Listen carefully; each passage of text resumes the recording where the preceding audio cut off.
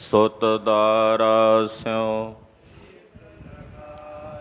ਇਕ ਉਤਮ ਪੰਥ ਸੁਨਿਓ ਗੁਰ ਸੰਗਤ, ਤਿਹ ਮਿਲੰਤ ਜਮ ਸਮਟਾਏ। ਇਕ ਅਰਦਾਸ ਪਾਟ ਕੀਰਤ ਕੀ, ਗੁਰ ਰਾਮਦਾਸ ਰਾਖੋ ਸਰਨਾਏ। ਕਹੋ ਟਲ ਗੁਰ ਸੇਵੀਐ, ਅਹਨਸ ਸਹਜ ਦਰਸ਼ਨ ਪਰਸੈ ਗੁਰੂ ਕਾ। ਜਨਮ ਮਰਨ ਦੁਖ ਜਾਏ, ਹੋਵੈ ਸਿਫਤ ਖਸੰਮਦੀ। ਨੂਰ ਅਰਸੋਹ ਕੁਰ ਸੋਹ ਝਟਿਐ। ਤੁਧ ਡਿਠੇ ਸੱਚੇ ਪਾਤਸ਼ਾਹ, ਮਾਲ ਜਨਮ ਜਨਮ ਦੇ ਕਟਿਐ। ਸੱਜਣ ਸੱਚਾ ਪਾਤਸ਼ਾਹ, ਸਿਰ ਸਾਹਦ ਸਾਹੋ। ਜਿਸ ਪਾਸ ਬੈਠਿਆ ਸੋਹੀਐ, ਸਭਨਾ ਦਾ ਵਿਸਾਹੋ। ਸਤਿਨਾਮ ਸ੍ਰੀ ਵਾਹਿਗੁਰੂ ਸਾਹਿਬ ਜੀ। ਗੂਜਰੇ ਸ੍ਰੀ ਤ੍ਰਿਲੋਚਨ ਜੀਓ ਕੇ ਪਦ। ਘਰ ਪਹਿਲਾ ਇੱਕ ਓੰਕਾਰ, ਸਤਿਗੁਰ ਪ੍ਰਸਾਦ।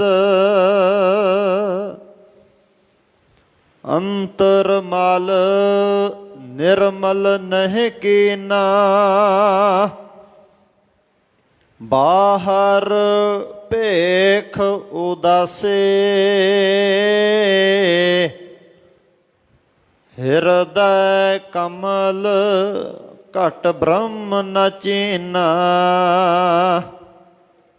ਕਾਹੇ ਭਇਆ ਸੰਨਿਆਸੇ। ਅੰਤਰਮਲ ਨਿਰਮਲ ਨਹਿ ਕੀਨਾ, ਬਾਹਰ ਭੇਖ ਉਦਾਸੇ। ਹਿਰਦੈ ਕਮਲ ਘਟ ਬ੍ਰਹਮ ਨ ਚੀਨਾ, ਕਾਹੇ ਭਇਆ ਸੰਨਿਆਸੇ। ਭਰਮੈ ਭੂਲੇ ਰੇ ਜੈ ਚੰਦਾ,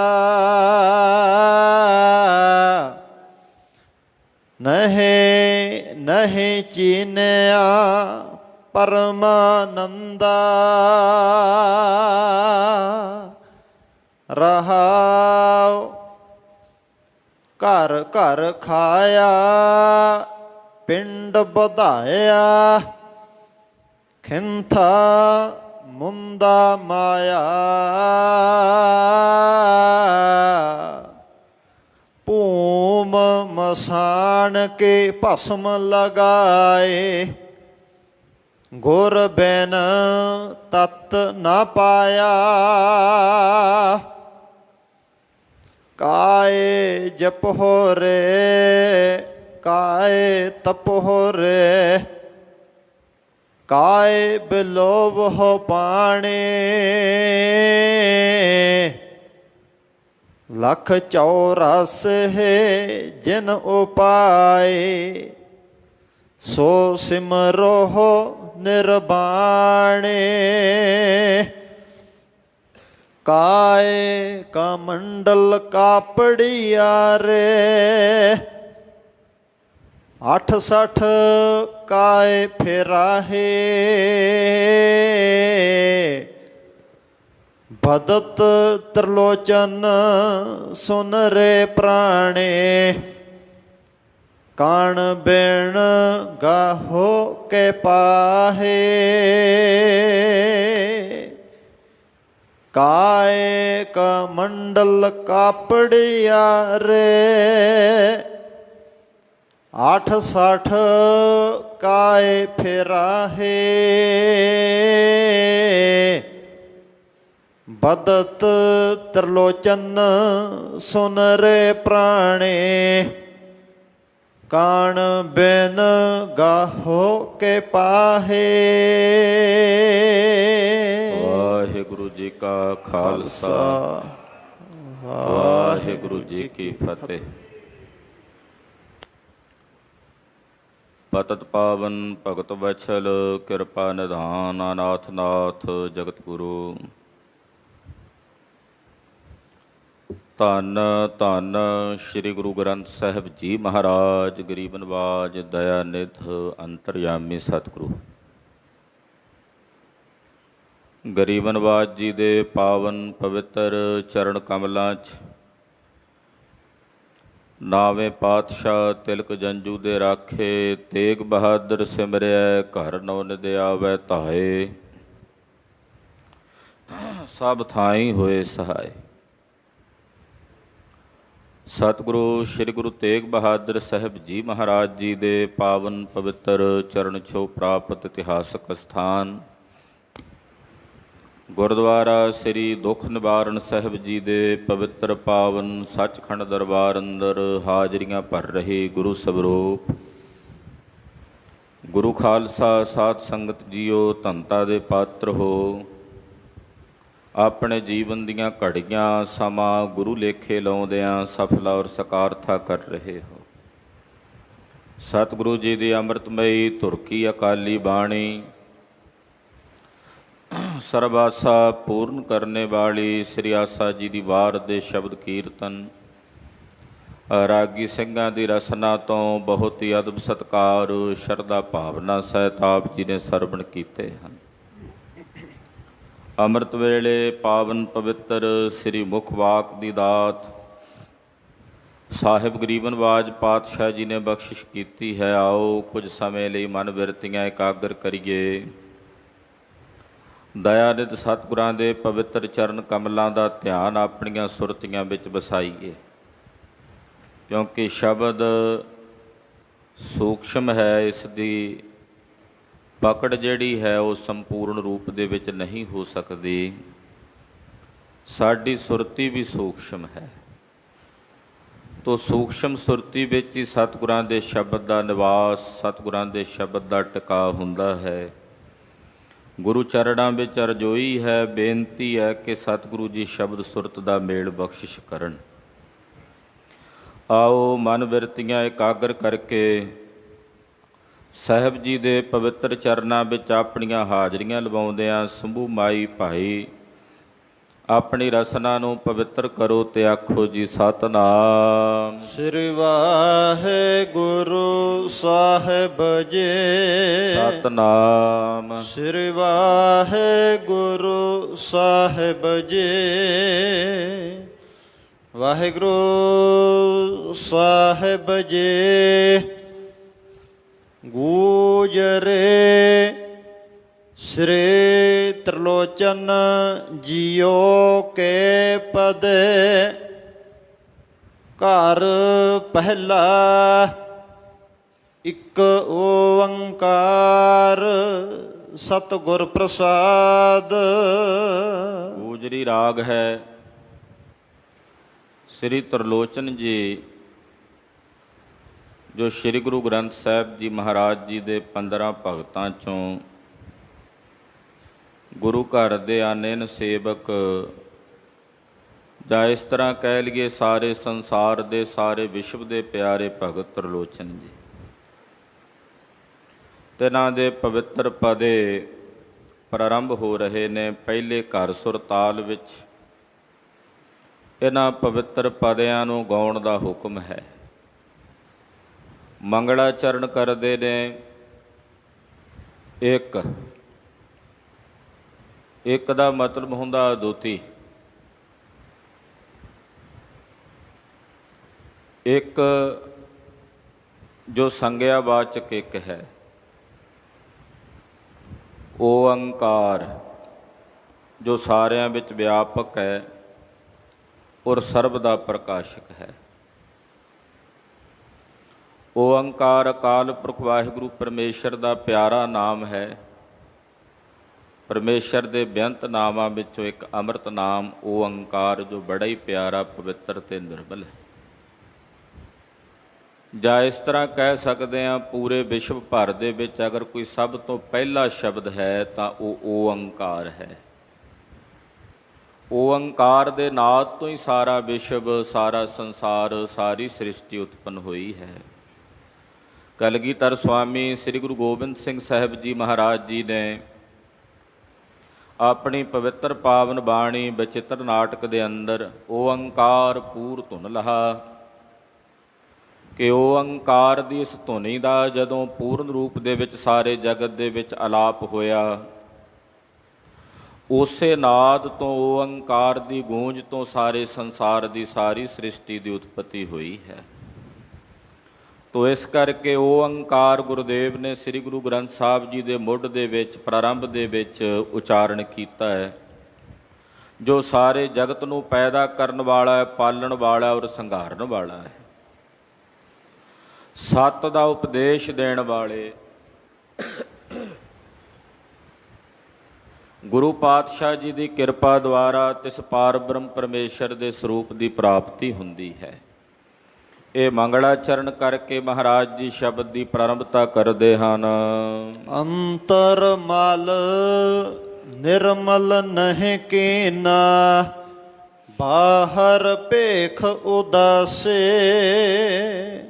ਭਗਤ ਤਰਲੋਚਨ ਜੀ ਇੱਕ ਜੈ ਚੰਦ ਨਾਮ ਦੇ ਪੰਡਤ ਨਾਲ ਵਾਰਤਾ ਕਰ ਰਹੇ ਨੇ।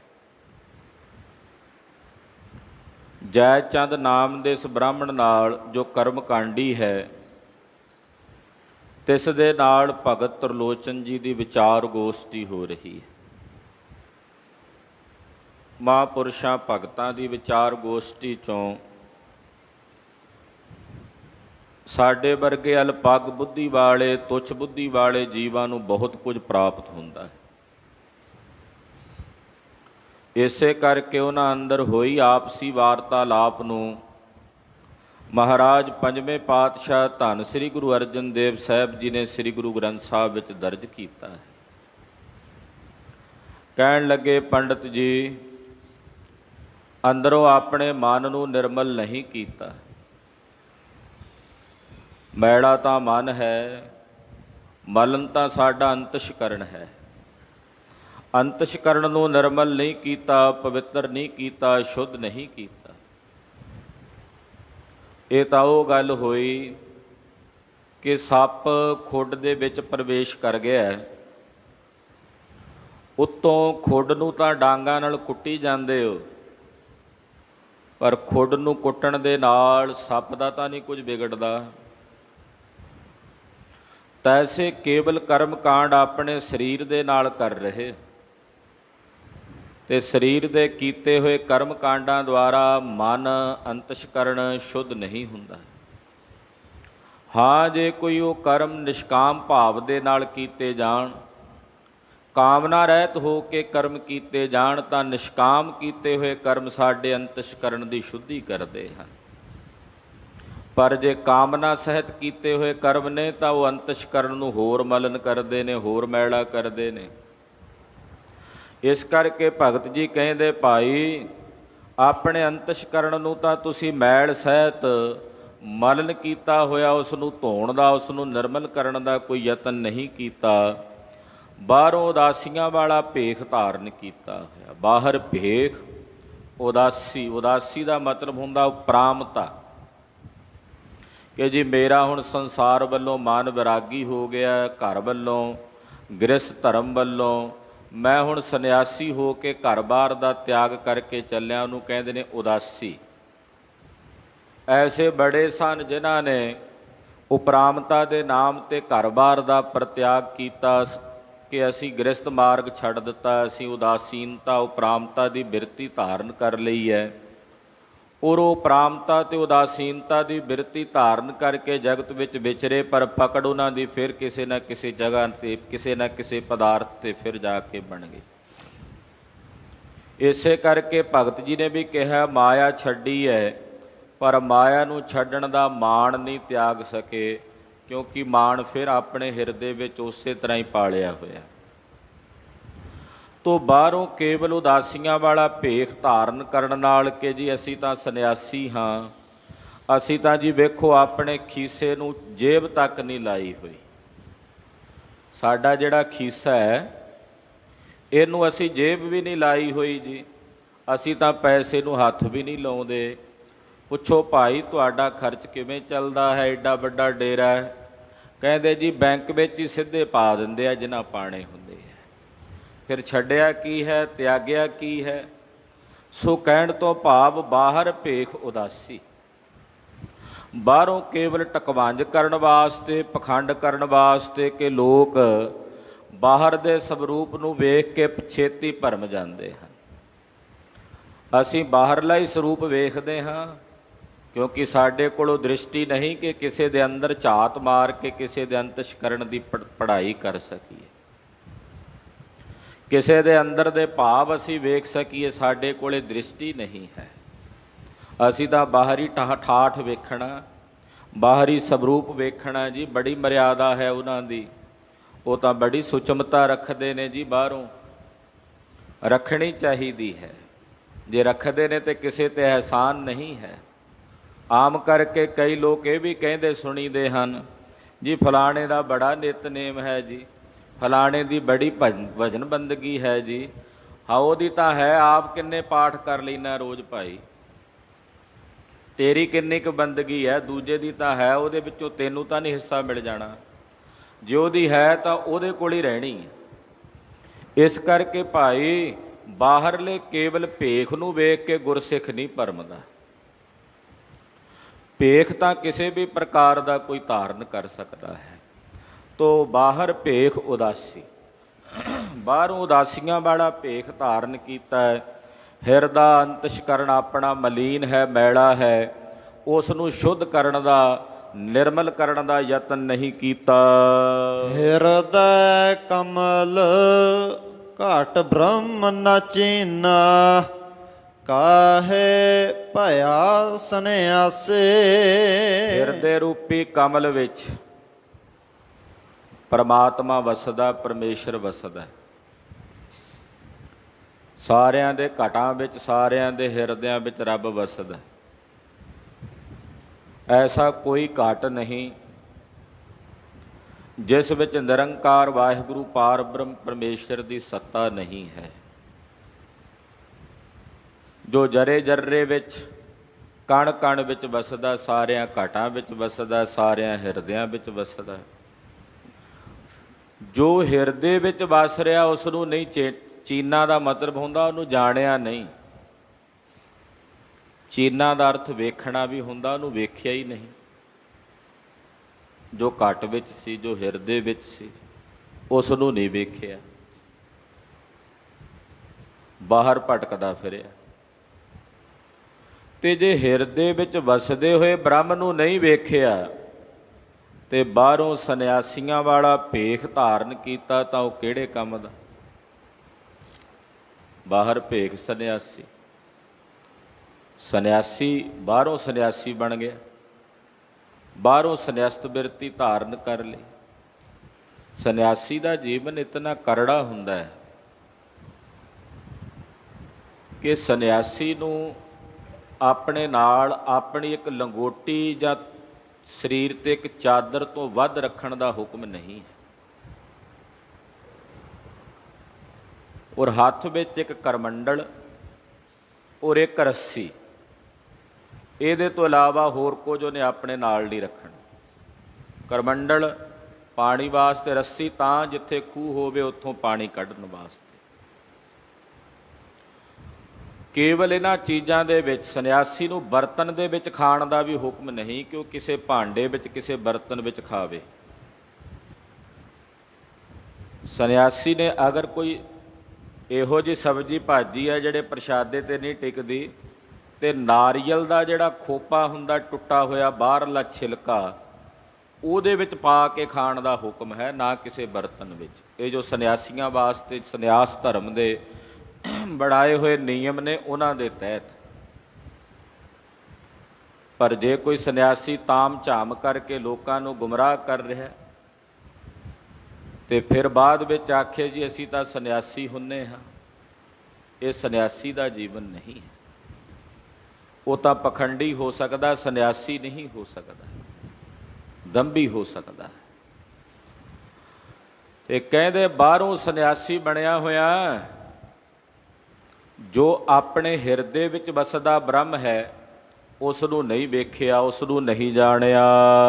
ਭਰਮੈ ਭੂਲੇ ਰੇ ਜੈ ਚੰਦਾ। ਇਹ ਜੈ ਚੰਦ ਜੀ ਭਰਮ ਦੇ ਵਿੱਚ ਹੀ ਭੁੱਲੇ ਫਿਰਦੇ।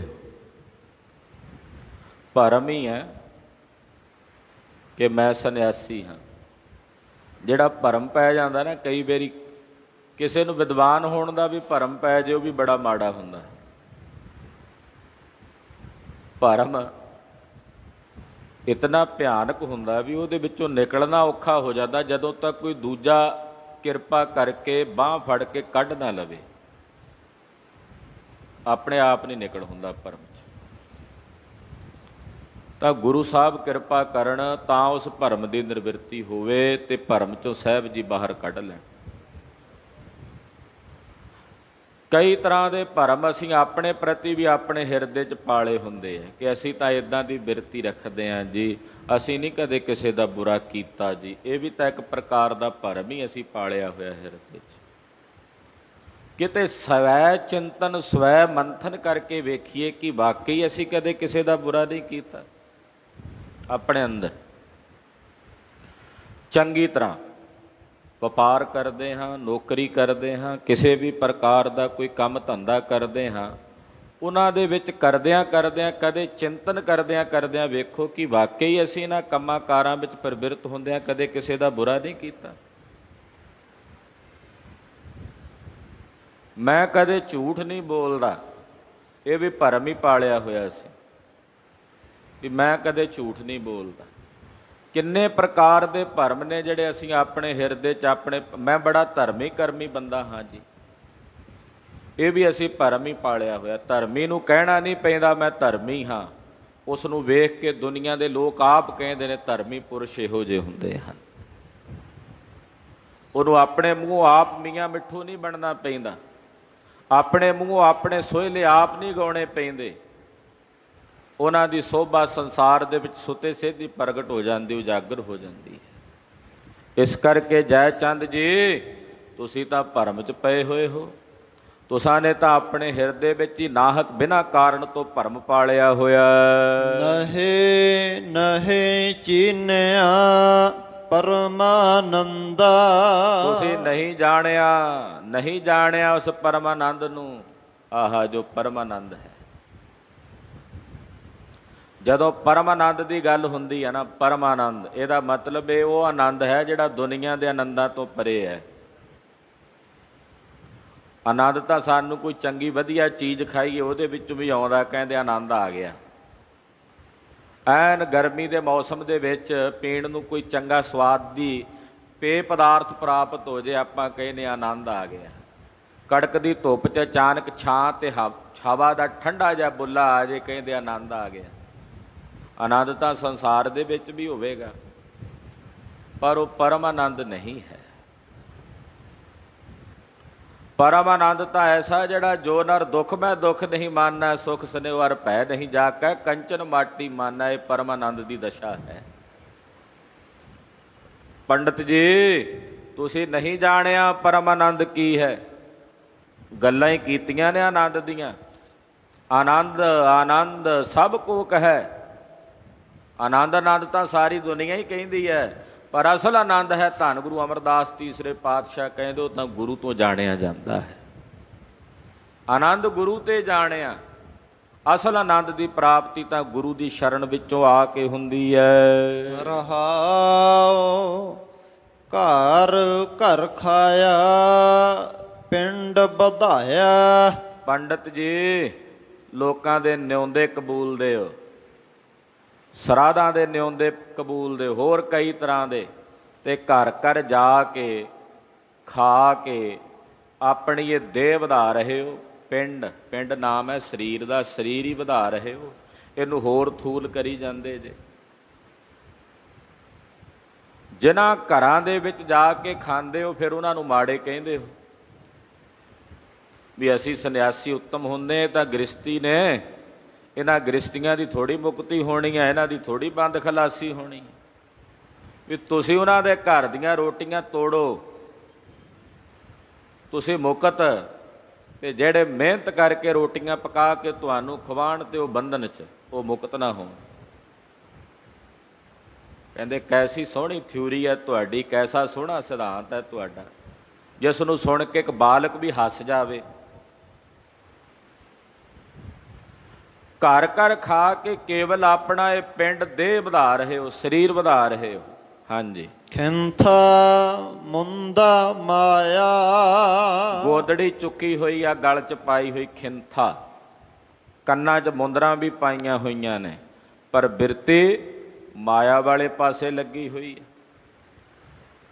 ਖਿੰਥਾ ਮੁੰਦਾ ਮਾਇਆ, ਬਿਰਤੀ ਮਾਇਆ ਵਿੱਚ ਲੱਗੀ ਹੋਈ ਹੈ, ਤਾੜਨਾ ਮਾਇਆ ਵਿੱਚ ਲੱਗੀ ਹੋਈ ਹੈ। ਫਿਰ ਮੁੰਦਰਾਂ ਕਿਹੜੇ ਗੱਲੇ ਧਾਰਨ ਕੀਤੀਆਂ ਨੇ, ਫਿਰ ਗਲ 'ਚ ਪਾਈਏ ਜਿਹੜੀ ਗੋਦੜੀ ਆ, ਝੋਲੀ ਆ, ਇਹ ਕਾਹਨੂੰ ਚੁੱਕੀ ਫਿਰਦੇ ਜੇ ਧਿਆਨ ਉੱਥੇ ਹੀ ਟਿਕਿਆ ਹੋਇਆ, ਸੁਰਤ ਉੱਥੇ ਹੀ ਟਿਕੀ ਹੋਈ ਹੈ ਪਦਾਰਥਾਂ ਵਿੱਚ। ਨਾਲੇ ਸੰਨਿਆਸੀ ਬਣੇ ਸੀ ਕਿ ਚਲੋ ਪਦਾਰਥਾਂ ਤੋਂ ਖਹਿੜਾ ਛੁਡਾਈਏ, ਤੇ ਪਦਾਰਥਾਂ ਦਾ ਤਿਆਗ ਕਰਦਿਆਂ ਹੌਲੇ ਹੌਲੇ ਸਰੀਰ ਦੀ ਬਿਰਤੀ ਜਿਹੜੀ ਅਹੰਗ ਭਾਵ ਇਹਨੂੰ ਵੀ ਤਿਆਗੀਏ। ਤੇ ਤੁਸੀਂ ਤਾਂ ਹੋਰ ਪਕੜ ਬਣਾ ਲਈ, ਹੋਰ ਪਕੜ ਬਣਾਉਂਦੇ ਅੱਗੇ ਹੋਰ ਵਾਧਾ ਵਧਾ ਲਿਆ।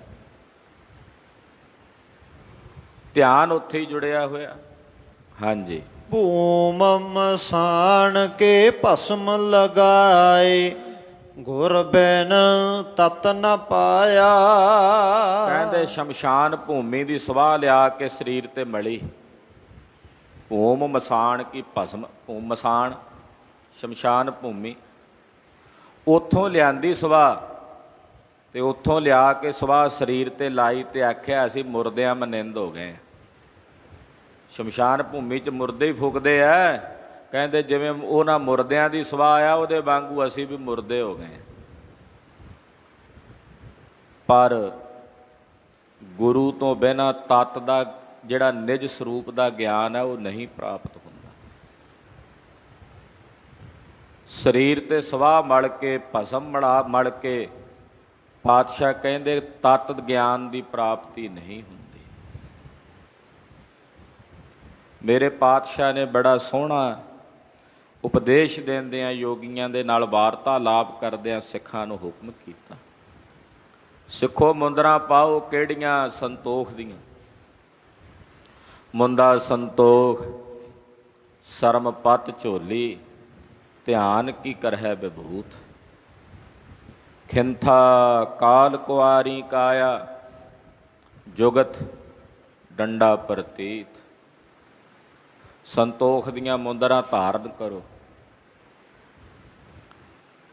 ਸ਼ਰਮ, ਸ਼ਰਮ ਤੇ ਪਤ, ਪਰਮੇਸ਼ਰ ਦੀ ਪ੍ਰਤਿਸ਼ਠਾ, ਇਹਦੀ ਝੋਲੀ ਸਰੀਰ ਤੇ ਧਾਰਨ ਕਰੋ, ਗੋਦੜੀ। ਧਿਆਨ ਕੀ ਕਰਹਿ ਵਿਭੂਤ, ਗੁਰੂ ਦਾ ਧਿਆਨ ਆਪਣੇ ਹਿਰਦੇ 'ਚ ਧਾਰਨ ਕਰਨਾ, ਪਰਮੇਸ਼ਰ ਦਾ ਧਿਆਨ ਆਪਣੇ ਹਿਰਦੇ 'ਚ ਧਾਰਨ ਕਰਨਾ, ਇਹ ਸਵਾਹ, ਇਹ ਵਿਭੂਤੀ ਆਪਣੇ ਸਰੀਰ ਤੇ ਮੜੋ ਕਿ ਤੁਹਾਡੇ ਹਿਰਦੇ 'ਚੋਂ ਕਦੇ ਗੁਰੂ ਦੇ ਧਿਆਨ ਦੀ ਵਿਸਿਮਰਤੀ ਨਾ ਹੋਵੇ, ਕਦੇ ਪਾਰ ਬ੍ਰਹਮ ਪਰਮੇਸ਼ਰ ਦਾ ਧਿਆਨ ਤੁਹਾਡੇ ਹਿਰਦੇ 'ਚੋਂ ਵਿਸਿਮਰਤ ਨਾ ਹੋਵੇ। ਇਹ ਵਿਭੂਤੀ, ਇਹ ਸਵਾਹ ਆਪਣੇ ਸਰੀਰ ਤੇ ਮੜੋ। ਫਿਰ ਖਿੰਥਾ ਕਾਲ ਕੁਆਰੀ ਕਾਇਆ, ਕਾਲ ਤੋਂ ਆਪਣੀ ਇਸ ਕਾਇਆ ਨੂੰ ਕੁਆਰੀ ਰੱਖ ਕੇ ਇਹ ਸਮਝ ਲਓ ਵੀ ਇਹੀ ਤੁਹਾਡੀ ਖਿੰਥਾ ਹੈ, ਝੋਲੀ। ਕੁਆਰੀ ਕਾਇਆ, ਇਹ ਸਰੀਰ ਨੂੰ ਹੀ ਕੁਆਰੀ ਕਾਇਆ ਸਮਝੋ, ਇਹਦੇ ਤੋਂ ਨਿਰਲੇਪ ਹੋ ਕੇ ਰਹਿਣਾ। ਔਰ ਜੁਗਤੀ ਸਹਿਤ ਪਰਮੇਸ਼ਰ ਦੀ ਆਰਾਧਨਾ ਕਰਨੀ ਜੋ ਗੁਰੂ ਨੇ ਦੱਸੀ ਹੈ। ਇਹ ਸਮਝ ਲਓ ਇਹ ਪ੍ਰਤੀਤ ਦਾ, ਭਰੋਸੇ ਦਾ ਤੁਹਾਡੇ ਹੱਥ ਵਿੱਚ ਫੜਿਆ ਹੋਇਆ ਡੰਡਾ ਜਿਹੜੇ ਯੋਗੀ ਪਕੜਦੇ ਹਨ। ਆਈ ਪੰਥੀ ਸਗਲ ਜਮਾਤੀ, ਇਹ ਸਮਝੋ ਪ੍ਰਮਾਤਮਾ ਦੀ ਜੋਤ ਸਾਰਿਆਂ ਵਿੱਚ ਆਈ ਹੋਈ ਹੈ। ਗੁਰਦੇਵ ਨੇ ਸਾਨੂੰ ਐਸਾ ਹੀ ਭਸਮ, ਐਸੀ ਸੁਭਾਅ ਦੀ ਮਲਣ ਦੀ ਗੱਲ ਕੀਤੀ, ਗੁਰੂ ਦੇ ਧਿਆਨ ਦੀ, ਪਰਮੇਸ਼ਰ ਦੇ ਧਿਆਨ ਦੀ। ਕਹਿੰਦੇ ਸੰਨਿਆਸੀ ਜੀ, ਜੈ ਚੰਦ ਜੀ, ਉਦਾਂ ਤਾਂ ਤੁਸੀਂ ਸ਼ਮਸ਼ਾਨ ਭੂਮੀ ਦੀ ਸਵਾਹ ਲਿਆ ਕੇ ਆਪਣੇ ਸਰੀਰ ਤੇ ਮਲੀ ਹੈ, ਪਰ ਇੱਕ ਗੱਲ ਜਾਣ ਲਓ, ਆਪਣੇ ਨਿਜ ਆਤਮ ਸਵਰੂਪ ਦਾ ਬੋਧ ਗੁਰੂ ਤੋਂ ਬਿਨਾਂ ਪ੍ਰਾਪਤ ਨਹੀਂ ਹੁੰਦਾ। ਗੁਰੂ ਬਿਨਾਂ ਕਿਸੇ ਨੇ ਤਤ ਨੂੰ ਨਹੀਂ ਜਾਣਿਆ। ਕਾਏ ਜਪਹੁਰੇ ਕਾਏ ਤਪੋਰੇ ਕਾਏ ਬਿਲੋਵੋ ਪਾਣੀ। ਹਾਂ ਪੰਡਤ ਜੀ, ਪਾਣੀ ਰਿੜਕ ਰਹੇ ਹੋ, ਪਾਣੀ ਵਿੱਚ ਮਧਾਣੀ ਪਾਈ ਹੋਈ ਆ, ਕੱਖ ਹਾਸਲ ਨਹੀਂ ਪ੍ਰਾਪਤ ਹੋਣਾ। ਜਲ ਮਥੀਆ ਜਲ ਦੇਖੀਐ ਭਾਈ, ਇਹੋ ਜਗ ਏਹਾ ਵਥ। ਤੇ ਫਿਰ ਕਾਹਦਾ ਜਾਪ ਕਰਨਾ ਤੇ ਕਾਹਦਾ ਤਪ ਕਰਨਾ। ਕਾਏ ਜਪੋਰੇ ਕਾਏ ਤਪੋਰੇ, ਕਾਹਨੂੰ ਇਹ ਜਪਦੇ ਫਿਰਦੇ ਹੋ, ਕਾਹਨੂੰ ਇਹ ਤਪਦੇ ਫਿਰਦੇ ਹੋ। ਤੇ ਤਾਂ ਤੁਸੀਂ ਪਾਣੀ ਬਿਲੋ ਰਹੇ ਹੋ। ਏਦਾਂ ਕਹਿ ਸਕਦੇ ਆ ਵੀ ਪਾਣੀ 'ਚ ਮਧਾਣੀ ਪਾਈ ਹੋਈ ਹੈ। ਲੱਖ 84 ਜਿਨ ਉਪਾਏ, ਸੋ ਸਿਮਰੋ ਨਿਰਬਾਣੀ। ਆ ਇੱਕੋ ਇੱਕ ਕੰਮ ਕਰ ਤਾਂ ਤੇਰੇ ਸਾਰੇ ਕੰਮ ਸਫਲੇ ਹੋ ਜਾਣ। ਆਖੋ ਸਤਿਨਾਮ ਸ੍ਰੀ ਵਾਹਿਗੁਰੂ। ਇੱਕੋ ਕੰਮ ਕਰ ਲੈ, ਤੇਰੇ ਸਾਰੇ ਕੰਮ ਸਫਲੇ ਹੋ ਜਾਣ। ਤੇਰਾ ਰੱਖਿਆ ਸੰਨਿਆਸ ਵੀ ਸ਼ਾਇਦ ਸਫਲ ਹੋ ਜਾਏ ਜੇ ਤੂੰ ਵਾਹਿਗੁਰੂ ਪਰਮੇਸ਼ਰ ਦਾ ਭਜਨ ਕਰੇ। ਉਹਦੇ ਭਜਨ ਤੋਂ ਬਿਨਾਂ ਸਭ ਕੁਝ ਨਿਰਾਰਥ ਹੈ। ਇਸ ਕਰਕੇ ਜਿਸ ਵਾਹਿਗੁਰੂ ਪਾਰ ਬ੍ਰਹਮ ਪਰਮੇਸ਼ਰ ਨੇ 84 ਲੱਖ ਜੂਨੀਆਂ ਪੈਦਾ ਕੀਤੀਆਂ ਨੇ, 1,84 ਜਿਨ ਉਪਾਈ। 84 ਲੱਖ ਜੂਨੀਆਂ ਨਿਰੰਕਾਰ ਵਿਧਾਤੇ ਨੇ ਪਰਮੇਸ਼ਰ ਨੇ ਪੈਦਾ ਕੀਤੀਆਂ ਹਨ।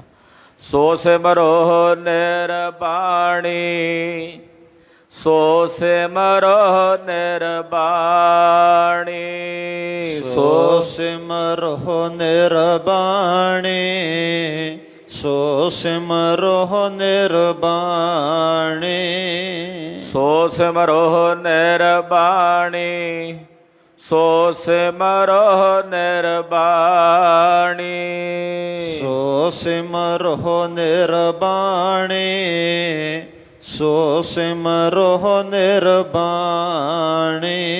ਨਿਰਵਾਣ ਜਿਸ ਨੂੰ ਕੋਈ ਆਦਤ ਨਹੀਂ, ਨਿਰਵਾਣ ਜਿਹੜਾ ਸਦਾ ਇੱਕੋ ਰਸ ਇੱਕੋ ਜਿਹਾ ਰਹਿੰਦਾ। ਖਾਲਸਾ ਜੀ, ਸੰਸਾਰ ਦਾ ਇੱਕ ਨਿਯਮ ਹੈ, ਸਾਰੇ ਜਗਤ ਦਾ, ਸਾਰੀ ਪ੍ਰਕਿਰਤੀ ਦਾ ਵੀ, ਇਹ ਬਦਲਦੀ ਹੈ, ਇਹ ਤਬਦੀਲ ਹੁੰਦੀ ਹੈ। ਬਦਲਣਾ, ਤਬਦੀਲ ਹੋਣਾ ਸੰਸਾਰ ਦਾ ਵਿਕਾਰ ਹੈ। ਜੋ ਬਦਲ ਜਾਏ, ਜੋ ਤਬਦੀਲ ਹੋ ਜਾਏ ਤਾਂ ਵਿਕਾਰ ਹੀ ਹੈ ਨਾ। ਤਬਦੀਲੀ, ਬਦਲਣਾ ਸਾਰੇ ਸੰਸਾਰ ਦਾ ਇੱਕ ਪ੍ਰਕਾਰ ਦਾ ਨਿਯਮ ਹੈ, ਆਦਿ ਜੁਗਾਦੀ ਮੁੱਢ ਤੋਂ ਚੱਲਦਾ ਆ ਰਿਹਾ ਹੈ। ਇਹ ਵਿਕਾਰ ਹੈ ਸੰਸਾਰ ਦਾ। ਪਰ ਨਿਰੰਕਾਰ ਵਾਹਿਗੁਰੂ ਪਰਮੇਸ਼ਰ ਵਿੱਚ ਕਿਸੇ ਪ੍ਰਕਾਰ ਦੀ ਕੋਈ ਤਬਦੀਲੀ ਨਹੀਂ ਹੈ। ਉਹ ਕਦੇ ਬਦਲਦਾ ਨਹੀਂ। ਅੱਜ ਤੋਂ ਜੁਗਾਂ ਜੁਗਾਂਤਰਾਂ ਤੋਂ ਪਹਿਲਾਂ, ਲੱਖਾਂ ਕਰੋੜਾਂ ਸਾਲ ਪਹਿਲਾਂ ਜਿਹੋ ਜਿਹਾ ਸੀ, ਅੱਜ ਵੀ ਤੈਸਾ, ਤੇ ਅੱਜ ਤੋਂ ਲੱਖਾਂ ਕਰੋੜਾਂ ਸਾਲ ਬਾਅਦ ਵੀ ਤੈਸਾ ਹੀ ਰਹੇਗਾ। ਸ੍ਰਿਸ਼ਟੀ ਦੀ ਰਚਨਾ ਤੋਂ ਪਹਿਲਾਂ ਵੀ ਤੈਸਾ ਹੀ ਸੀ, ਰਚਨਾ ਰਚ ਕੇ ਵੀ ਤੈਸਾ ਹੀ ਹੈ, ਔਰ ਸਾਰੀ ਸ੍ਰਿਸ਼ਟੀ ਦਾ ਜਦੋਂ ਪਰਲੈ ਕਰੇਗਾ ਉਦੋਂ ਵੀ ਉਹਨੇ ਤੈਸਾ ਹੀ ਰਹਿਣਾ ਹੈ। ਉਹ ਤਬਦੀਲ ਨਹੀਂ ਹੁੰਦਾ, ਉਹ ਬਦਲਦਾ ਨਹੀਂ। ਇਸੇ ਕਰਕੇ ਉਹਨੂੰ ਅਬਨਾਸੀ ਕਹਿੰਦੇ ਹਨ, ਇਸੇ ਕਰਕੇ ਉਹਨੂੰ ਨਿਰਵਾਣੀ ਕਿਹਾ ਇੱਥੇ ਮਹਾਰਾਜ ਜੀ ਨੇ। ਨਿਰਵਾਣੀ ਦਾ ਮਤਲਬ ਜੋ ਤਬਦੀਲ ਨਹੀਂ ਹੁੰਦਾ, ਬਦਲਦਾ ਨਹੀਂ। ਸਾਡੀਆਂ ਆਦਤਾਂ ਬਦਲਦੀਆਂ ਰਹਿੰਦੀਆਂ ਹਨ, ਸਾਡਾ ਸੁਭਾਅ ਬਦਲਦਾ ਰਹਿੰਦਾ ਹੈ, ਸਾਡੀਆਂ ਪ੍ਰਵਿਰਤੀਆਂ ਬਦਲਦੀਆਂ ਰਹਿੰਦੀਆਂ ਨੇ, ਸਾਡਾ ਸਰੀਰ ਬਦਲਦਾ ਰਹਿੰਦਾ ਹੈ। ਪਰ ਵਾਹਿਗੁਰੂ ਪਰਮੇਸ਼ਰ ਦਾ ਸਵਰੂਪ ਐਸਾ ਹੈ ਜਿਹੜਾ ਸਦਾ ਹੀ ਅਚਲ ਹੈ, ਜੋ ਚਲਾਏਮਾਨ ਨਹੀਂ ਹੈ ਔਰ ਸਦਾ ਨਿਰਵਾਣ ਹੈ। ਉਹਨੂੰ ਕਿਸੇ ਪ੍ਰਕਾਰ ਦੀ ਕੋਈ ਆਦਤ ਨਹੀਂ ਹੈ। ਉਹਨੂੰ ਸਿਮਰੋ। ਭਗਤ ਲੋਚਨ ਜੀ ਕਹਿੰਦੇ ਤੇ ਸਦਾ ਸਿਮਰਨ ਕਰੋ। ਕਾਏ ਕਮੰਡਲ ਕਾਪੜਿਆ ਰੇ। ਆ ਕਾਹਨੂੰ ਹੱਥ 'ਚ ਕਰਮੰਡਲ ਫੜ ਕੇ ਸਰੀਰ ਤੇ ਕਾਪੜੀਆ ਭਗਵੇ ਰੰਗ ਦੇ ਵਸਤਰ ਧਾਰਨ ਕੀਤੇ ਹਨ। 68 ਕਾਏ ਫੇਰਾਹੇ। ਪਰਮੇਸ਼ਰ ਦੇ ਭਜਨ ਤੋਂ ਬਿਨਾਂ ਕਾਹਨੂੰ 68 ਤੀਰਥਾਂ ਤੇ ਭਟਕਦੇ ਭਰਮਦੇ ਫਿਰਦੇ ਹੋ। ਜੇ ਰੱਬ ਦਾ ਭਜਨ ਨਹੀਂ ਕਰਦੇ ਤਾਂ ਇਹ ਸਾਰਾ ਕੁਝ ਇਸ ਤਰ੍ਹਾਂ ਨਿਰਾਰਥ ਹੈ। ਇਹ ਸਭ ਕੁਝ ਨਿਰਾਰਥ ਹੈ। ਫਿਰ ਤਾਂ ਹੁਣ ਕੋਈ ਆਖੇ ਵੀ ਉਹਨਾਂ ਨੂੰ ਕਹਿ ਰਹੇ ਨੇ 68 ਤੀਰਥਾਂ ਤੇ ਜਾਣਾ ਤੁਹਾਡਾ ਨਿਸ਼ਫਲ ਹੈ, ਅਸੀਂ ਵੀ ਤਾਂ ਸਰੋਵਰਾਂ ਦੇ ਇਸ਼ਨਾਨਾਂ ਨੂੰ ਜਾਂਦੇ ਹਾਂ। ਕੀ ਫਿਰ ਇਹ ਪੰਗਤੀ ਸਾਡੇ ਵਾਸਤੇ ਨਹੀਂ? ਸਾਡੇ ਵਾਸਤੇ ਵੀ ਹੈ। ਜੇ ਕੇਵਲ ਇਸ਼ਨਾਨ ਤੱਕ ਹੀ ਸੀਮਤ ਰਹੀਏ, ਸਿਮਰਨ ਤੋਂ ਵੀ ਹੋਣੇ ਹੋ ਜਾਈਏ, ਤੇ ਫਿਰ ਸਾਡੇ ਵਾਸਤੇ ਵੀ ਇਹ ਪੰਗਤੀ ਓਨੀ ਹੈ ਜਿੰਨੀ ਭਗਤ ਤਰਲੋਚਨ ਜੀ ਜੈ ਚੰਦ ਵਾਸਤੇ ਕਹਿ ਰਹੇ ਨੇ। ਕਿਉਂਕਿ ਇਸ਼ਨਾਨ ਦੇ ਨਾਲ ਨਾਲ ਸਿਮਰਨ ਵੀ ਹੈ ਨਾ। ਕਰ ਇਸ਼ਨਾਨ ਸਿਮਰ ਪ੍ਰਭ ਆਪਣਾ, ਸਿਮਰਨ ਵੀ ਹੈ ਨਾਲ, ਫਿਰ ਇਹ ਸਫਲੇ ਨੇ ਸਾਰੇ। ਤੇ ਜੇ ਤੁਸੀਂ ਸਿਮਰਨ ਨਹੀਂ ਕਰਦੇ, ਪਰਮੇਸ਼ਰ ਦਾ ਭਜਨ ਨਹੀਂ ਕਰਦੇ, ਤੇ ਫਿਰ ਇਹ ਕਾਹਨੂੰ ਸਰੀਰ ਤੇ ਵਸਤਰ ਧਾਰਨ ਕੀਤੇ ਹਨ ਸੰਨਿਆਸੀਆਂ ਵਾਲੇ, ਹੱਥ 'ਚ ਕਰਮੰਡਲ ਧਾਰਨ ਕੀਤਾ ਹੋਇਆ, ਇਸ ਦਾ ਕੋਈ ਲਾਭ ਨਹੀਂ। ਕਿਵੇਂ ਲਾਭ ਨਹੀਂ? ਅਗਲੀ ਪੰਕਤੀ 'ਚ ਪ੍ਰਮਾਣ ਦੇ ਕੇ ਸਮਝਾਉਂਦੇ ਹਨ। ਬਦਤ ਤਰਲੋਚਨ ਸੁਨ ਰੇ ਪ੍ਰਾਣੇ, ਕਣ ਬਿਨ ਗਾਹੋ ਕੇ ਪਾਹੇ। ਬਦਤ, ਬਦਤ ਕਹਿੰਦੇ ਨੇ, ਕਹਿੰਦੇ ਹਨ ਭਗਤ ਤਰਲੋਚਨ ਜੀ ਮਹਾਰਾਜ ਜੀ ਕਹਿੰਦੇ, ਹੈ ਪ੍ਰਾਣੀਓ ਸੁਣੋ, ਕਦੇ ਕਣ ਤੋਂ ਬਿਨਾ ਪਰਾਲੀ ਵੀ ਕਿਸੇ ਨੇ ਗਾਹਣ 'ਚ ਪਾਈ ਹੈ? ਅੱਜ ਕੱਲ੍ਹ ਤਾਂ ਚਲੋ ਕੰਪੈਨਾਂ ਆ ਗਈਆਂ ਨੇ, ਹੜੰਬੇ ਆ ਗਏ। ਪਹਿਲਾਂ ਹੜੰਬੇ ਸਨ ਤਾਂ ਉਹਨਾਂ ਵਿੱਚ ਕਣਕ ਵਗੈਰਾ ਪਾ ਕੇ ਲੋਕ ਕੱਢ ਲੈਂਦੇ, ਜਾਂ ਅੱਜ ਕੰਪੈਨਾਂ ਆ ਗਈਆਂ। ਪਹਿਲਾਂ ਭਰੀਆਂ ਬੰਨ੍ਹ ਕੇ ਉਹਦਾ ਗਾਹਣ ਪਾਇਆ ਜਾਂਦਾ, ਫਲੇ ਪਾਏ ਜਾਣੇ, ਫਿਰ ਉਹ ਧਾਨ ਕੱਢਣਾ। ਅਤੇ ਜਦੋਂ ਉਹ ਪਰਾਲੀ ਵੱਖਰੀ ਹੋ ਜਾਣੀ, ਉਹ ਡੰਗਰਾਂ ਦੇ ਕੰਮ ਆ ਜਾਣੀ, ਪਸ਼ੂਆਂ ਦੇ ਕੰਮ ਆ ਜਾਣੀ। ਕਹਿਣ ਲੱਗੇ ਵੀ ਕੱਲੀ ਪਰਾਲੀ ਨੂੰ ਵੀ ਕਦੇ ਕਿਸੇ ਨੇ ਗਾਹਣ ਪਾਇਆ? ਜੇ ਹੁਣ ਮੰਨ ਲਓ ਵੀ ਜੀਰੀ ਲੱਗੀ ਹੈ, ਉੱਤੇ ਫਲ ਹੋਵੇ ਨਾ, ਧਾਨ ਹੋਵੇ ਨਾ, ਉੱਤੇ ਕੱਲੇ ਡੰਡੇ ਜੇ ਖੜੇ ਹੋਣ ਤੇ ਕੰਪੈਨ ਨਾਲ ਵੀ ਵੱਢ ਲਓ ਤੇ ਉਹਦੇ ਵਿੱਚੋਂ ਕੁਝ ਨਿਕਲਣਾ? ਕਣ ਤੋਂ ਬਿਨਾਂ ਕਦੇ ਕਿਸੇ ਗਾਹਣ ਪਾਇਆ? ਭਗਤ ਲੋਚਨ ਜੀ ਪੁੱਛਦੇ, ਕਹਿੰਦੇ ਨਹੀਂ ਪਾਇਆ। ਉਹਦੇ 'ਚ ਉਹਦਾ ਕੋਈ ਫਾਇਦਾ ਹੀ ਨਹੀਂ। ਮਿਹਨਤ ਕਰਨੀ ਹੈ, ਤੇਲ ਫੂਕਣਾ, ਸਰੀਰ ਦੀ ਮਸ਼ੱਕਤ ਘਾਲਣੀ, ਪਰ ਫਲ ਕੁਝ ਵੀ ਨਹੀਂ, ਫਲ ਕੁਝ ਵੀ ਪ੍ਰਾਪਤ ਨਹੀਂ ਹੋਣਾ। ਇਸੇ ਤਰ੍ਹਾਂ ਪਰਮੇਸ਼ਰ ਦੇ ਭਜਨ ਤੋਂ ਬਿਨਾਂ ਅਗਰ ਕੇਵਲ ਕਰਮ ਕਾਂਡਾਂ 'ਚ ਹੀ ਪ੍ਰਵਿਰਤ ਹਾਂ ਤੇ ਉਹ ਸਰੀਰ ਦੀ ਕਸਰਤ ਹੈ, ਉਹਦੇ ਨਾਲ ਹੋਰ ਕੋਈ ਲਾਭ ਨਹੀਂ ਹੋਣਾ। ਕੇਵਲ ਸ਼ਰਾਮੀ ਕੀਤੀ, ਮਿਹਨਤ ਹੀ ਕੀਤੀ, ਮਿਲਿਆ ਕੁਝ ਵੀ ਨਾ। ਇਸ ਕਰਕੇ ਭਾਈ, ਜੇ ਕੁਝ ਪ੍ਰਾਪਤ ਕਰਨਾ ਚਾਹੁੰਦਾ ਤੇ ਨਾਲ ਪਰਮੇਸ਼ਰ ਦਾ ਭਜਨ ਕਰ, ਨਿਰੰਕਾਰ ਦਾ ਸਿਮਰਨ ਕਰ। ਤੋ ਲੜੀਵਾਰ ਕਥਾ ਮਹਾਰਾਜ ਜੀ ਦੇ ਪਾਵਨ ਸਰੂਪ ਦੀ ਆਪ ਜੀ ਸਰਵਣ ਕਰ ਰਹੇ ਹੋ। 682 ਅੰਗ ਤੇ ਰਾਗ ਧਨਾਸਰੀ ਦੇ ਪਾਵਨ ਪਵਿੱਤਰ ਸ਼ਬਦਾਂ ਦੀ ਵਿਚਾਰ ਚੱਲ ਰਹੀ ਹੈ। ਪੰਜਵੇਂ ਪਾਤਸ਼ਾਹ ਧੰਨ ਗੁਰੂ ਅਰਜਨ ਦੇਵ ਸਾਹਿਬ ਜੀ ਦੇ ਪਵਿੱਤਰ ਚਰਨਾਂ ਵਿੱਚ ਆਪਣੀ ਹਾਜ਼ਰੀ ਲਵਾਉਂਦੇ ਆਖੋ ਜੀ ਸਤਿਨਾਮ ਸ੍ਰੀ ਵਾਹਿਗੁਰੂ ਸਾਹਿਬ ਜੀ। ਧਨਾਸਰੇ ਮਹੱਲਾ ਪੰਜਵਾ। ਔਖੇ ਘੜੇ ਨ ਦੇਖਣ ਦੇ, ਆਪਣਾ ਬਿਰਦ ਸੰਭਾਲੇ।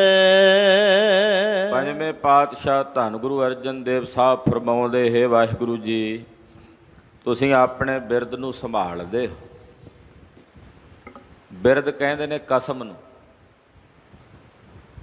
ਪ੍ਰਣ, ਇੱਦਾਂ ਕਹਿ ਸਕਦੇ ਹਾਂ ਮੋਟਾ ਜਿਹਾ ਅਰਥ, ਪ੍ਰਣ, ਵੀ ਮੈਂ ਤਾਂ ਇਹ ਪ੍ਰਣ ਕੀਤਾ ਹੋਇਆ ਵੀ ਆਹ ਕੰਮ ਨਹੀਂ ਕਰਨਾ, ਇਹ ਮੇਰਾ ਪ੍ਰਣ ਹੈ।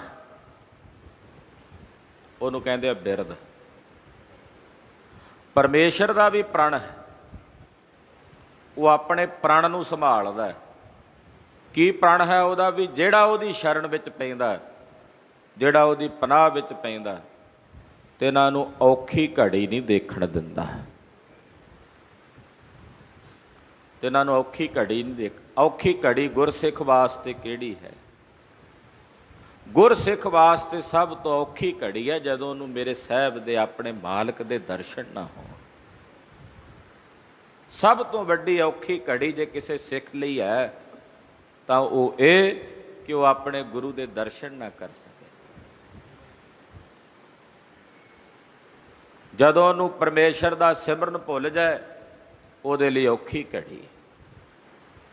ਜਦੋਂ ਉਹਨੂੰ ਨਿਰੰਕਾਰ ਦੀ ਯਾਦ ਭੁੱਲ ਜਾਏ, ਚੰਗੇ ਕਰਮ ਕਰਨੇ ਭੁੱਲ ਜਾਣ, ਇਹ ਉਹਦੇ ਲਈ ਔਖੀ ਘੜੀ ਹੈ।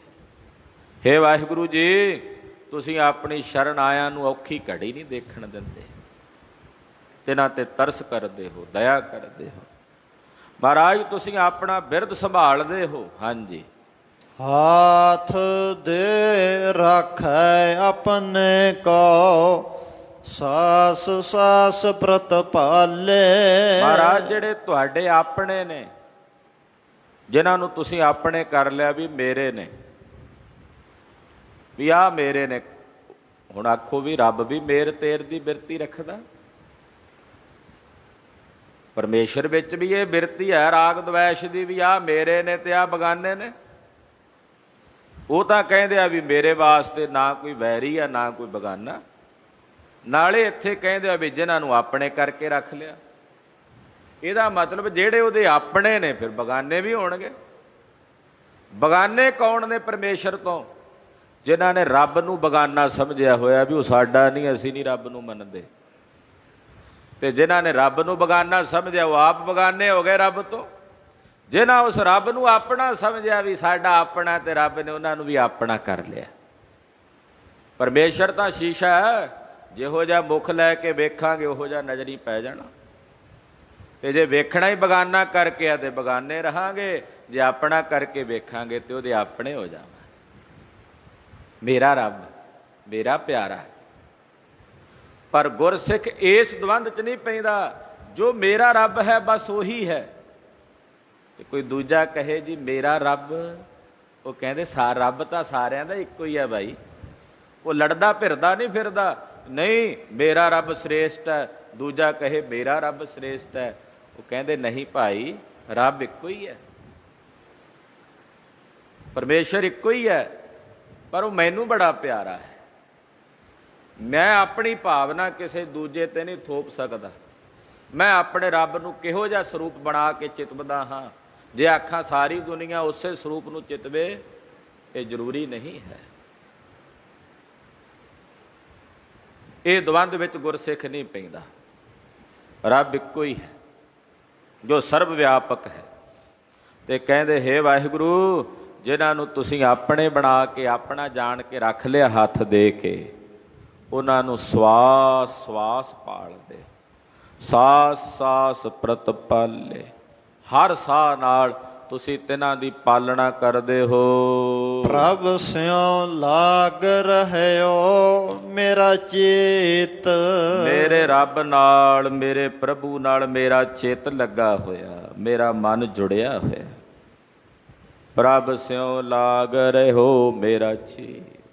ਮੇਰਾ ਚਿੱਤ ਮੇਰੇ ਪ੍ਰਭੂ ਨਾਲ, ਮੇਰੇ ਮਾਲਕ ਨਾਲ ਲੱਗਾ ਹੋਇਆ। ਹਾਂਜੀ, ਆਦ ਅੰਤ ਪ੍ਰਭ ਸਦਾ ਸਹਾਈ, ਧਨ ਹਮਾਰਾ ਮੀਤ। ਆਦ ਮੁੱਢ ਤੋਂ ਲੈ ਕੇ ਅੰਤ ਤਾਈਂ, ਮੁੱਢ ਤੋਂ ਲੈ ਕੇ ਅੰਤ ਤਾਈਂ ਮੇਰਾ ਪ੍ਰਭੂ ਮੇਰਾ ਸਦਾ ਹੀ ਸਹਾਈ। ਮੁੱਢ ਜਨਮ ਤੋਂ ਲੈ ਕੇ ਅੰਤ ਤੱਕ ਉਹ ਸਾਡਾ ਸਦਾ ਹੀ ਸਹਾਈ ਹੈ, ਮਦਦਗਾਰ ਹੈ, ਨਾਲ ਨਿਭਣ ਵਾਲਾ ਹੈ। ਜੋ ਸਦਾ ਹੀ ਸਹਾਈ ਹੈ, ਇਹੋ ਜਿਹਾ ਮਿੱਤਰ, ਇਹੋ ਜਿਹਾ ਸਾਡਾ ਮਿੱਤਰ, ਹਮਾਰਾ ਮੀਤ, ਇਹੋ ਜਿਹਾ ਸਾਡਾ ਮਿੱਤਰ ਮਹਾਰਾਜ ਜੀ ਕਹਿੰਦੇ ਉਹ ਧਨ ਹੈ। ਇਹੋ ਜਿਹਾ ਸਾਡਾ ਮਿੱਤਰ ਧਨ ਹੈ, ਜਿਹੜਾ ਮੁੱਢ ਤੋਂ ਲੈ ਕੇ, ਜਨਮ ਤੋਂ ਲੈ ਕੇ ਅੰਤ ਤਾਈਂ ਸਾਡੀ ਸਹਾਇਤਾ ਕਰਨ ਵਾਲਾ ਹੈ। ਰਹਾਓ ਮਨ ਬਿਲਾਸ ਭੈ ਸਾਹਿਬ ਕੇ, ਅਚਰਜ ਦੇਖ ਬੜਾਏ। ਮੇਰੇ ਸਾਹਿਬ ਦੀ ਅਸਚਰਜ ਵਡਿਆਈ ਵੇਖ ਕੇ, ਅਸਚਰਜ ਹੈਰਾਨ ਕਰ ਦੇਣ ਵਾਲੀ ਵਡਿਆਈ ਹੈ ਮੇਰੇ ਰੱਬ ਦੀ, ਮੇਰੇ ਮਾਲਕ ਦੀ। ਉਹ ਸੋਭਾ ਮੇਰੇ ਪਿਆਰੇ ਦੀ ਸੋਭਾ ਉਹ ਅਸਚਰਜ ਹੈ। ਤਿਸ ਨੂੰ ਵੇਖ ਕੇ ਮੇਰੇ ਮਨ 'ਚ ਬਿਲਾਸ ਆਨੰਦ ਪੈਦਾ ਹੋ ਰਿਹਾ ਹੈ। ਮੇਰਾ ਹਿਰਦਾ ਆਨੰਦ ਸਹਿਤ ਹੋ ਰਿਹਾ ਹੈ। ਮੇਰੇ ਸਾਹਿਬ ਦੀ ਵਡਿਆਈ ਇਹੋ ਜੀ ਅਸਚਰਜ ਹੈ। ਹਰ ਸਿਮਰ ਸਿਮਰ ਆਨੰਦ ਕਰ ਨਾਨਕ, ਪ੍ਰਭ ਪੂਰਨ ਪੈਜ ਰਖਾਏ। ਏ ਭਾਈ ਉਸ ਹਰੀ ਨੂੰ ਸਿਮਰੋ, ਬਾਰੰਬਾਰ ਸਿਮਰੋ, ਹਰ ਸਿਮਰ ਸਿਮਰ ਤੇ ਸਿਮਰ ਸਿਮਰ ਕੇ ਆਨੰਦ ਮਾਣੋ। ਜਦੋਂ ਸਿਮਰੋਗੇ ਹਿਰਦੇ 'ਚ ਆਨੰਦ ਬਣੇਗਾ। ਕਹਿੰਦੇ ਐਸਾ ਪ੍ਰਭੂ, ਧੰਨ ਗੁਰੂ ਅਰਜਨ ਦੇਵ ਸਾਹਿਬ ਕਹਿੰਦੇ, ਜਿਸ ਨੇ ਸਾਡੀ ਪੂਰਨ ਪੈਜ ਰੱਖੀ। ਇਹ ਨਹੀਂ ਵੀ ਅੱਧ ਵਿਚਾਲੇ ਛੱਡ ਦਿੱਤਾ, ਸਾਡੀ ਬਾਂਹ ਅੱਧ ਵਿਚਾਲੇ ਛੱਡ ਦਿੱਤੀ, ਪੂਰਨ ਪੈਜ ਰੱਖੀ ਹੈ, ਪੂਰਨ।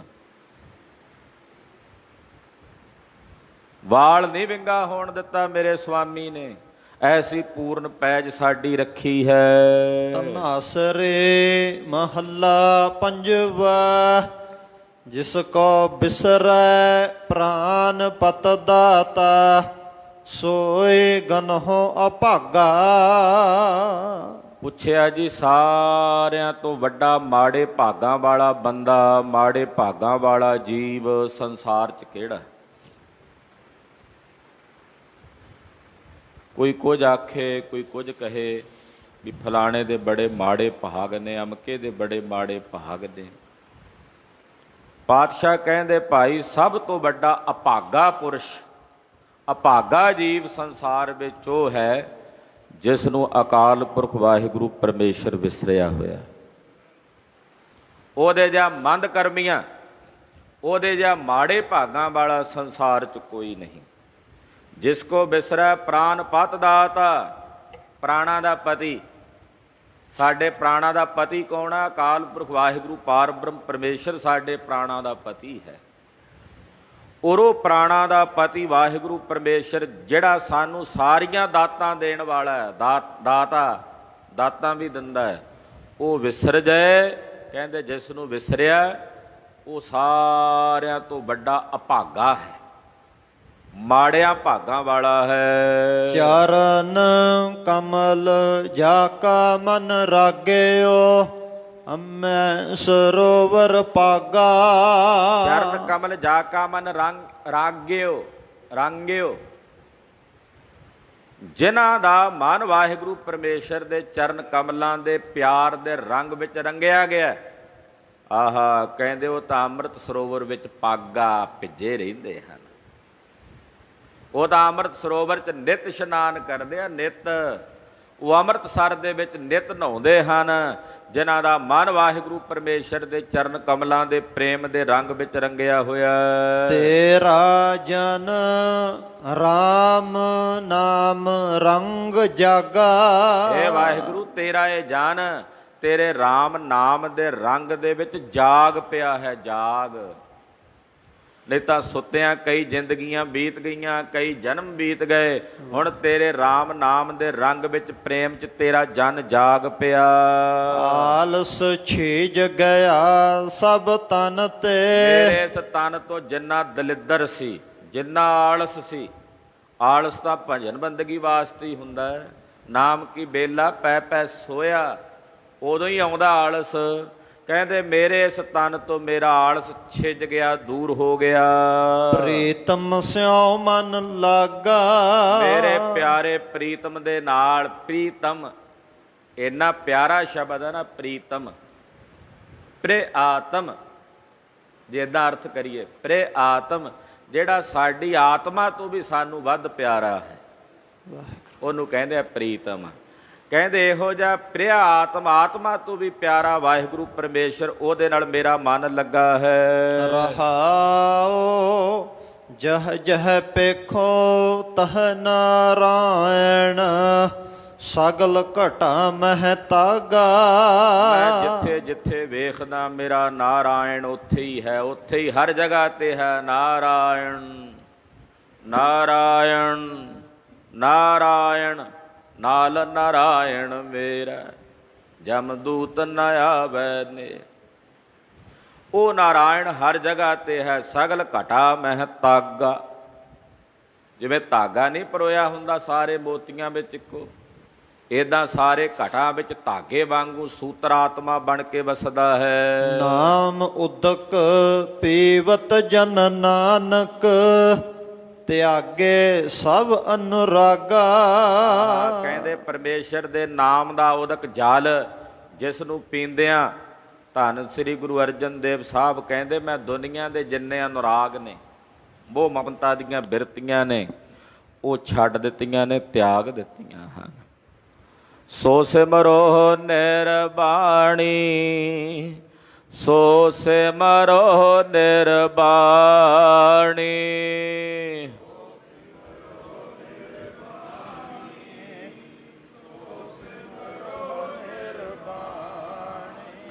ਸੋ ਸਿਮਰੋ ਨਿਰਬਾਣੀ, ਸੋ ਸਿਮਰੋ ਨਿਰਬਾਣੀ।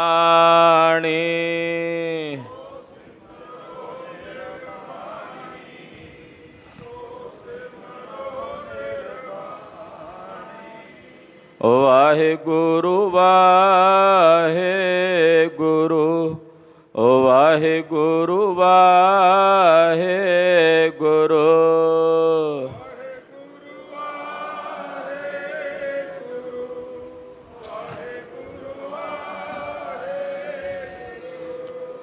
ਵਾਹਿਗੁਰੂ ਵਾਹਿਗੁਰੂ, ਵਾਹਿਗੁਰੂ ਵਾਹਿਗੁਰੂ।